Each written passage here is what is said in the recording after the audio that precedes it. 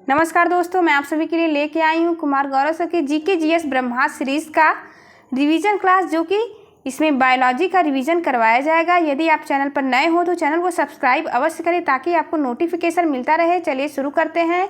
आज की टॉपिक है रक्त एवं रक्त परिसंचरण तंत्र। कल की कुछ बचे हुए टॉपिक्स को देखते हैं। कल हमने देखा था डाइजेस्टिव सिस्टम के बारे में, तो उसमें से है टॉपिक अग्नाशय ग्रंथि। अग्नाशय ग्रंथ से अग्नाशय रस निकलता है।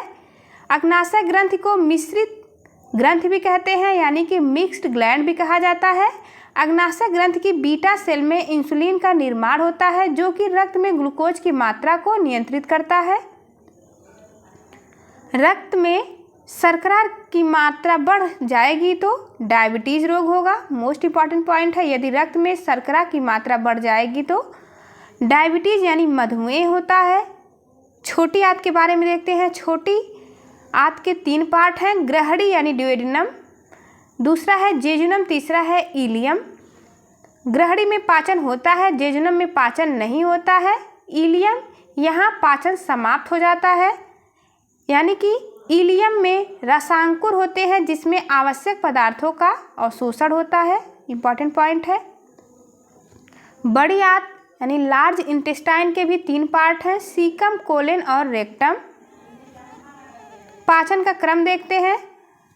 भोजन माउथ से होके ओरल कैविटी में जाता है, यहाँ पे पाचन स्टार्ट हो जाएगा।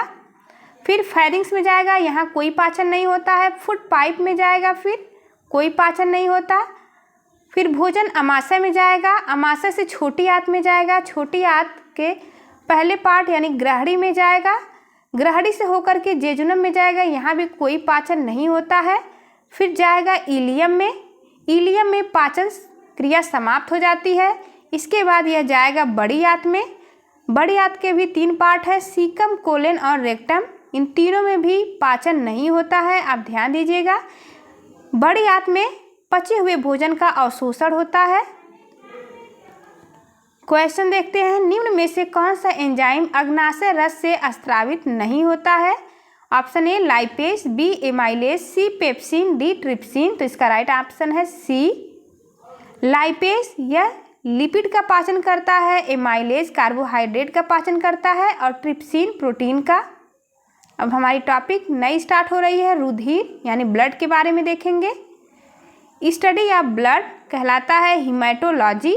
यदि आपको कहीं भी वर्ड हीमेटो दिखता है तो उसका अर्थ होता है ब्लड से। अगला पॉइंट है, रक्त एक तरल संयोजी ऊतक है, यानी लिक्विड कनेक्टिव टिश्यू है ब्लड। ब्लड का पीएच मान 7.4 होता है, यह हल्का क्षारीय प्रकृति का होता है। अगला पॉइंट है, एक सामान्य मनुष्य में 5 से 6 लीटर रक्त होता है, शरीर के वजन का लगभग 7%। फॉर एग्जाम्पल, एक 70 kg के व्यक्ति में 4.9 लीटर ब्लड होता है। रक्त का निर्माण लाल अस्थिमज्जा में होता है, यानी रेड बोन मैरो में रक्त का निर्माण होता है। रक्त 2 चीज़ों से मिलकर बनता है, प्लाज्मा और रक्त कणिकाओं से। रक्त में प्लाज्मा 55% होता है और रक्त कणिकाएं 45%। आइए देखते हैं प्लाज्मा के बारे में। प्लाज्मा जो कि 55% पाया जाता है ब्लड में, रक्त का तरल भाग होता है। प्लाज्मा में 92% जल पाया जाता है। इसमें फाइब्रिनोजन प्रोटीन होती है, यह रंगहीन या हल्का पीला होता है। रक्त कणिकाएं भी 3 प्रकार की होती हैं, आरबीसी, डब्ल्यूबीसी, प्लेटलेट्स। आगे हम देखेंगे डिटेल में इसके बारे में। नोट पॉइंट देखते हैं। प्लाज्मा से फाइब्रिनोजन प्रोटीन यदि अलग कर दिया जाए तो जो बचता है उसे सीरम कहते हैं। आप यहाँ देख सकते हैं, फाइब्रिनोजन रहित प्लाज्मा को सीरम कहते हैं। मोस्ट इंपॉर्टेंट पॉइंट है, ये एग्जाम में कई बार पूछा गया है। चलिए देखते हैं आरबीसी के बारे में। लाल रक्त कणिकाएं, इसे इरिथ्रोसाइट्स भी कहा जाता है।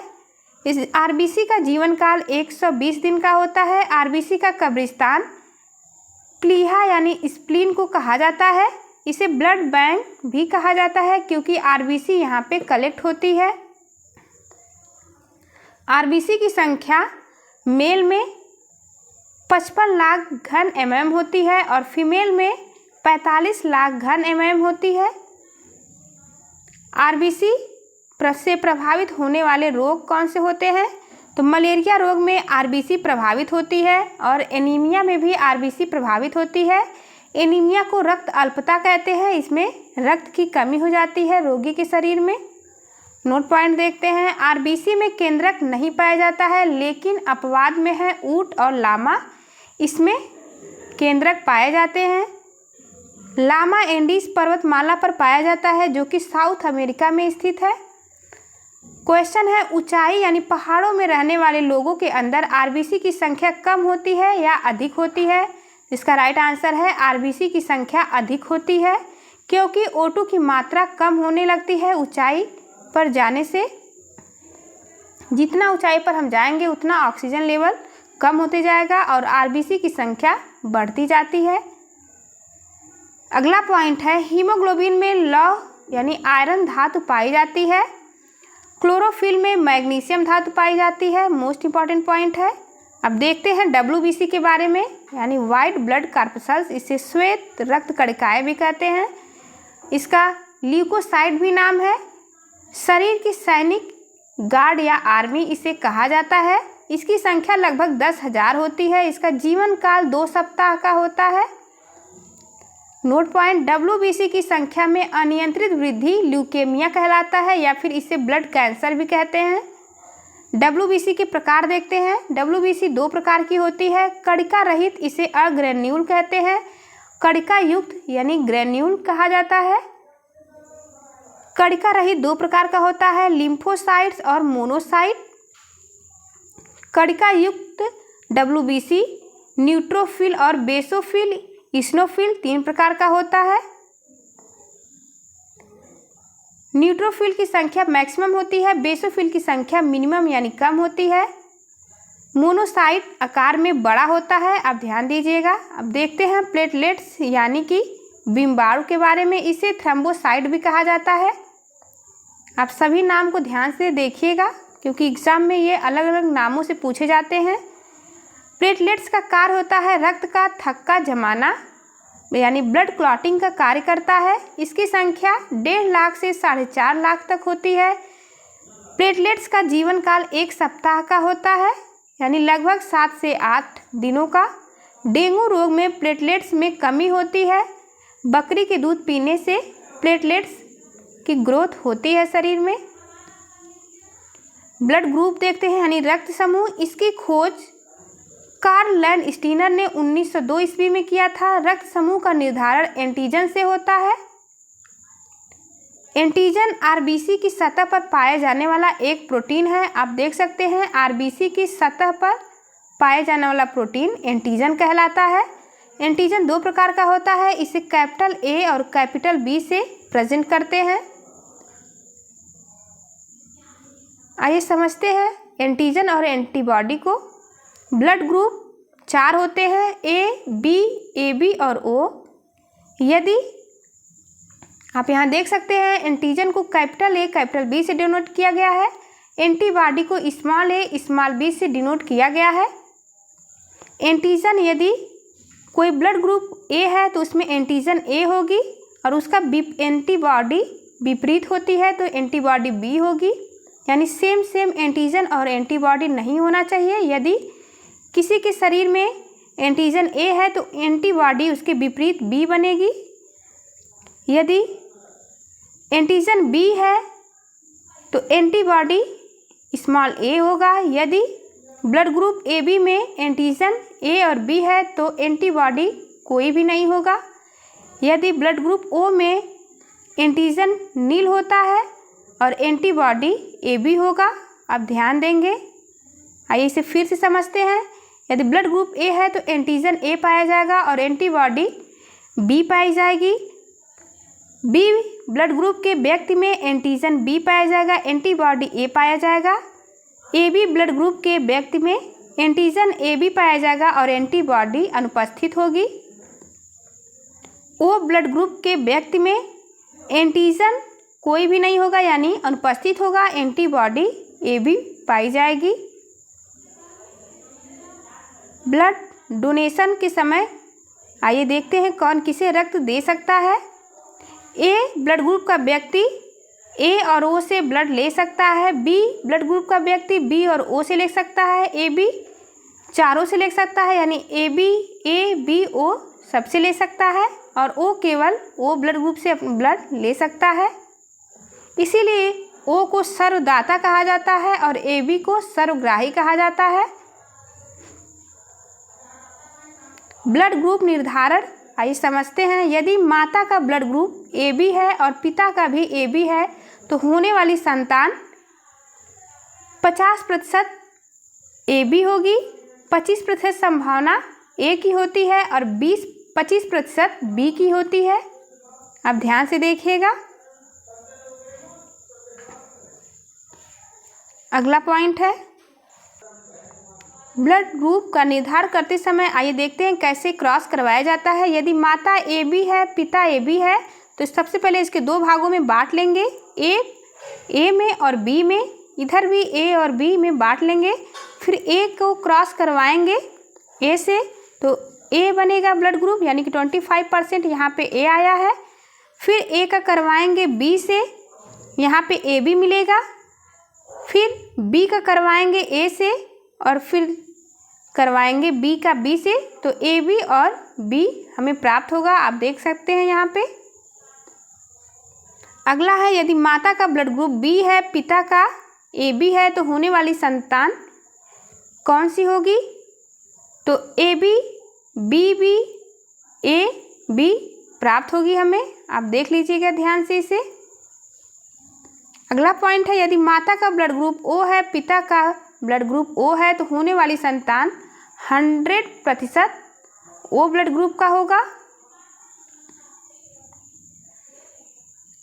आरएस फैक्टर के बारे में देखते हैं, इंपॉर्टेंट पॉइंट है। आरएस फैक्टर की खोज लैन स्टीनर और विनर ने किया था। इसकी खोज रिसस नामक बंदर से हुई थी, इसलिए इसे आरएस फैक्टर कहते हैं। इसे डी एंटीजन भी कहते हैं, यानी आरएस फैक्टर को डी एंटीजन भी कहा जाता है। ये क्वेश्चन यूपीएससी में पूछा गया है, आप ध्यान से देखिएगा। यदि ब्लड ग्रुप में आरएस पाया जाएगा तो उससे उपस्थित होगा तो उसे पॉजिटिव कहेंगे। यदि उपस्थित नहीं होगा यानी अनुपस्थित होगा तो उसे आरएस निगेटिव कहेंगे। आइए इस चार्ट में समझते हैं। ओ ब्लड ग्रुप का व्यक्ति अगर आरएस पाया जाता है तो उसे ओ पॉजिटिव कहते हैं। यदि आरएच एब्सेंट है तो उसे ओ निगेटिव कहा जाएगा। यदि कोई ए बी ब्लड ग्रुप का है, अगर उसमें आरएच पाया जाता है तो वो ए बी पॉजिटिव कहलाएगा। यदि आरएच नहीं पाया जाएगा तो वो ए बी निगेटिव कहलाएगा। सार्वभौमिक दाता यानी universal donor group O negative को कहा जाता है। इमरजेंसी में ब्लड ग्रुप डोनेट करना होता है तो ओ निगेटिव ब्लड डोनेट किया जाता है। यदि कोई व्यक्ति का एक्सीडेंट हो गया है जिसका ब्लड ग्रुप हमें नहीं पता है तो उसे तुरंत इमरजेंसी में ओ निगेटिव ब्लड दिया जाता है, जिससे कि कोई प्रॉब्लम नहीं होती है। लेने वाला ए बी पॉजिटिव होता है और देने वाला ओ निगेटिव होता है, आप ध्यान रखिएगा। यदि शादी के टाइम यदि मेल और फीमेल में देखते हैं आरएस पॉजिटिव हो तो कोई खतरा नहीं होता है। आरएस निगेटिव हो तो भी कोई खतरा नहीं होता है। यदि मेल आरएस निगेटिव और फीमेल आरएस पॉजिटिव है तो भी कोई दिक्कत नहीं होती है। यदि मेल आरएस पॉजिटिव हो और फीमेल आरएस निगेटिव हो तो सेकेंड बच्चे के जन्म के समय मृत्यु हो जाती है, बच्चे की या माँ की, किसी की भी। नोट पॉइंट देखते हैं।